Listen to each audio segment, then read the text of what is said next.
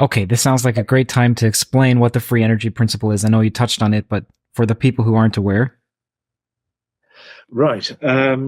So there, when asked to do this, I'll give you a choice. You can either take the high road or the low road. So the high road um, would start with a consideration of what it is to exist, to be something, and then unpack that in terms of physics. And then ultimately you get to a picture of things that exist as things that look as if they are trying to minimize their free energy. And you can interpret that in terms of action and perception, sentient behavior, effectively a physics of sentience, where everything entailed by a particle, that could be a sort of small particle, or it could be a person or a plant, anything that exists can be seen as or understood or characterized as trying to optimize or minimize a free energy through changes in internal states or through action upon the world. That would be the high road, and we can take that if you choose that option. The low road would be sort of building up a sense of there being just one imperative from the notions that probably can be found in the students of Plato, that throughout philosophy, through Kant, through Helmholtz, through modern day psychology and subsequently machine learning, would appeal to a story, a narrative about prediction and inference, and that we are all effectively prediction machines, where in this setting the existential imperative is basically to reduce prediction error. So by prediction error, I simply mean that we have in mind a model of the way that the world works, and that we can leverage that model to produce predictions about the sensory evidence at hand, and the disparity or the difference between our predictions and our actual sensory samples can be called prediction error. And it turns out mathematically that the sort of the high road and the low road converge, because the prediction error is just the gradient of the free energy that you're trying to minimize. So I'll come back to you. Which would you prefer, the high road or the low road? Okay, first, when you say sentient, do you mean the capacity to feel pleasure or pain? Or how are you using that word? Yeah, just a sense, just to not so much the affect aspect, not the sort of the pleasure and the pain. Just being able to represent and infer. So to have in mind a notion of what cause your sensations. So, I'm using it in a deflationary way. So some systems may or may not have the kind of sentience that you'd associate with say a person or a pet. So is a plant sentient?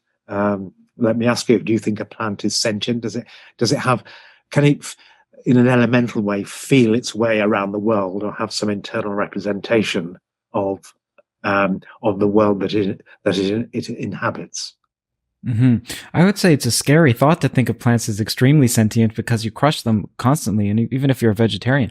So I'm unsure if I think that they can feel pleasure or pain. It does seem like it's clear that they respond to the environment and that they take in sensory information and Yeah. act on it. Yes, yeah, I think that's absolutely true. And in fact, interestingly, they have the same sort of electrochemical message passing that we have with our axons, in the brain.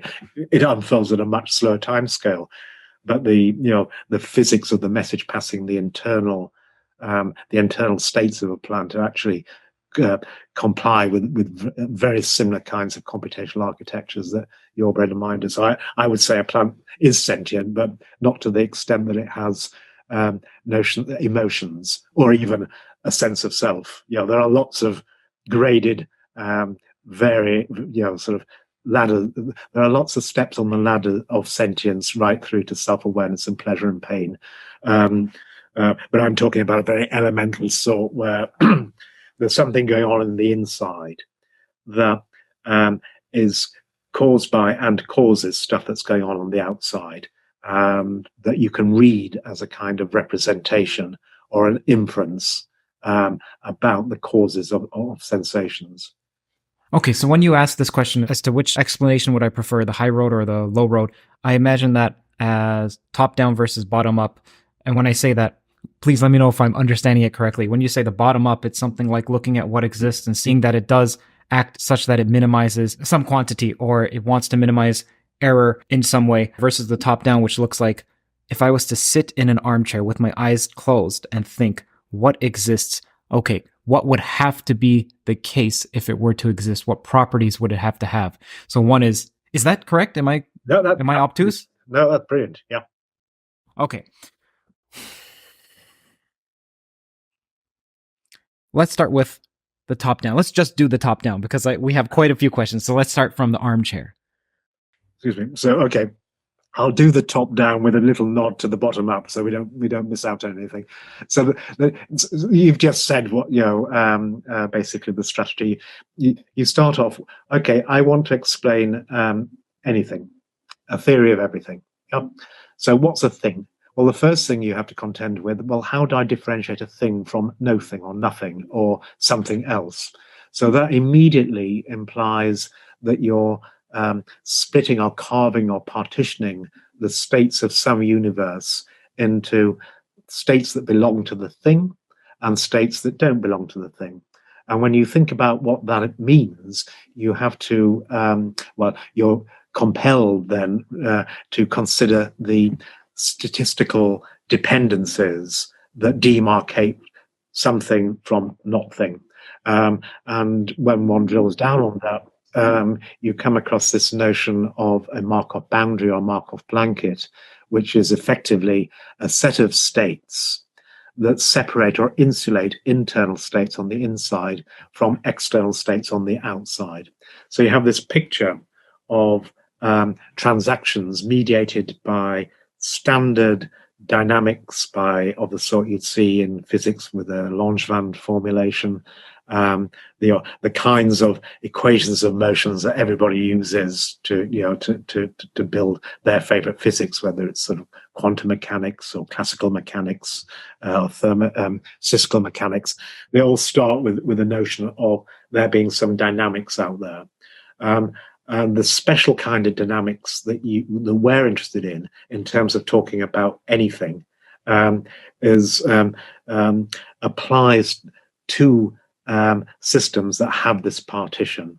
So as soon as you put this partition into play, which is basically a partition where internal states influence external states this direction through the blanket states, and then external states influence internal states in the other direction, vicariously through the Markov blanket, you have this notion of some generalized action and perception that the inside influences the outside, so somehow the thing is acting upon the world, but at the same time, through the blanket states, the outside is acting upon the inside.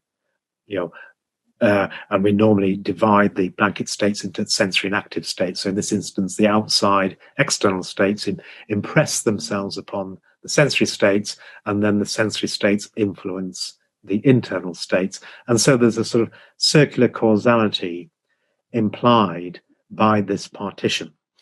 Now, all you do then is say, well, look, let's just look at the long-term behavior of any system that you can describe in terms of the dynamics or the rate of change of the probability distribution over states or density over states, and note that because we are interested in systems that have attained a non-equilibrium steady state, that probability density is not itself changing.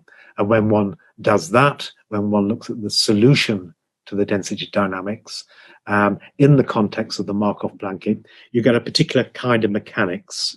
And that mechanics is exactly the same as quantum mechanics or statistical mechanics, but with one key difference. Now it applies in the setting of a Markov blanket. And that's where the interpretation of things as self-evidencing comes from, because you can always write down the flows that maintain this steady state as effectively trying to minimize their prediction error, or minimize their self-information, or minimize their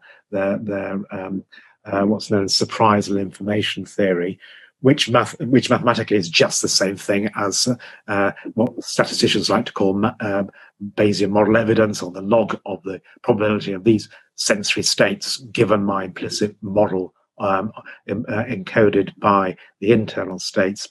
So what you end up with is a description of anything defined stipulatively in terms of it possessing a Markov blanket defined by its non-equilibrium steady-state density, whose dynamics or flows must have this property that the internal states and the active part of the blanket states must be performing a gradient flow on this self-information. And then you make a further move and say, well, this self-information can be written down as a free energy functional, or the free energy, if I interpret the internal states as encoding Bayesian beliefs or probabilistic beliefs about the external states.